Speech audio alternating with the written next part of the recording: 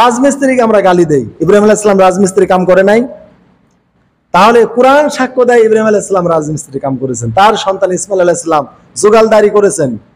আর আমরা রাজমিস্ত্রিকে আমরা গালি দেই, কাঠমিস্ত্রিকে আমরা গালি দেই। কাঠমিস্ত্রি ছিলেন হযরত নূহ আলাইহিস সালাম। তারপরে দাউদ আলাইহিস সালাম কামারের কাজ করেছেন। আল্লাহ সূরা হাদিদ নামে, লোহা নামের একটা সূরা নাযিল করেছেন। লোহা নামের একটা কোরআনে আল্লাহ সূরা নাযিল করেছেন হাদিদ। এই হাদিদ বা লোহা দিয়ে হযরত দাউদ আলাইহিস সালাম যুদ্ধের পোশাক বানাতেন, অস্ত্র বানাতেন, বর্ম বানাতেন। তাহলে আমাদের আদি পিতা আদম আলাইহিস সালাম কৃষি কাজ করতেন, আমাদের দিনের নবী মুহাম্মদ সাল্লাল্লাহু আলাইহি ওয়াসাল্লাম ব্যবসা বাণিজ্য করতেন, ছাগল চড়াতেন। সহিহ বুখারীর হাদিস। আল্লাহ পৃথিবীতে এমন কোন রাসূল, নবী রাসূল পাঠান নাই যিনি ছাগল চড়ান নাই।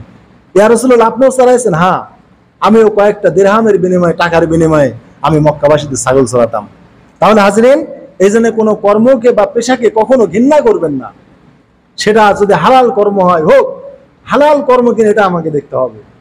কত মানুষ সুদ খাচ্ছে, ঘুষ খাচ্ছে, কত অবৈধ পথে সম্পদ উপার্জন করছে, আমরা তাদের ব্যাপারে বলবো। কিন্তু হালাল কর্ম করে যারা মিস্ত্রির কাজ করে, রাজমিস্ত্রির কাম করে, কাঠমিস্ত্রির কাম করে, কৃষি কাজ করে, এই কাজগুলো করে, বরকি চড়িয়ে মানুষের রাখালগিরি করে যারা পেটের রিজিক হাসিল করছে, তাদেরকে আমরা গালিগালাজ করবো না, তাদেরকে আমরা ছোট চোখে